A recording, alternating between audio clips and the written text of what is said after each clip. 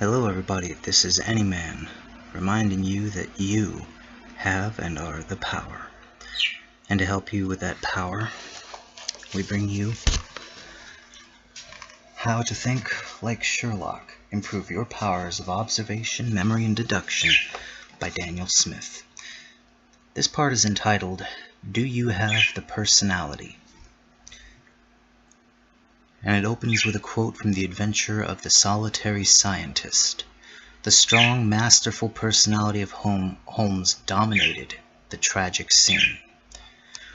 We all make sweeping judgments about people. Him over there is arrogant, her in the corner is needy, and as for her friend, well, where do I start? The truth is that many of the judgments we make about personality are instinctive and say as much about us as they do about the person we are judging. The study of personality can never amount to an exact science. However, there is a body of long-established research into personality that gives us a good basis for discussion. So, how does your personality type match up against that of Holmes? The founding father of the psychological classification of personality types is Carl Jung, who published his landmark study, Psychological Types, in 1921. He outlined two pairs of cognitive functions. On the one hand, the perceiving or irrational functions of sensation and intuition, while on the other hand, the judging or rational functions of thinking and feeling. In layman's terms, sensation is perception, as derived from the senses. Thinking is the process of intellectual and logical cognition. Intuition is perception as derived from the subconscious, while feeling is the result of subjective and empathetic estimation. As if all this weren't quite complicated enough, Jung threw in another element. An individual's personality may be classified as extrovert, literally outward turning, or introvert, inward looking. In Jung's analysis, each individual has elements of all four functions to a greater or lesser degree, with each manifesting in an introverted or extroverted way. Jung's philosophy was subsequently developed by many different parties over the years.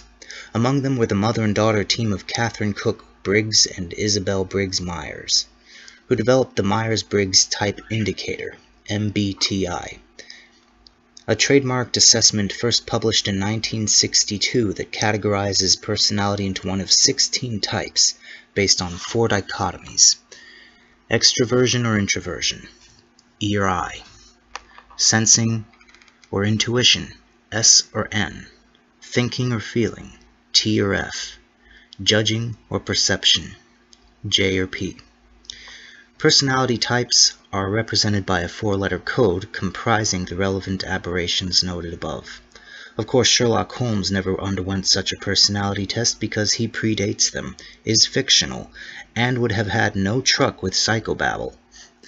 However, others have retrospectively attempted to assess him with a broad consensus that he would probably lie somewhere between INTP, that is, introversion, intuition, thinking, perception, and ISTP, introversion, sensing, thinking, perception, classification.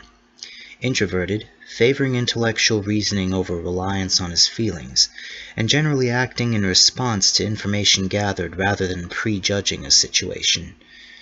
The question of whether he best fits the sensing or intuition classification is much less clear. Incidentally, it has been suggested that Watson's profile best fits an ISFJ classification: introversion, sensing, feeling, judging. But what about you? Are you more of a Holmes or a Watson? Surely not a Moriarty.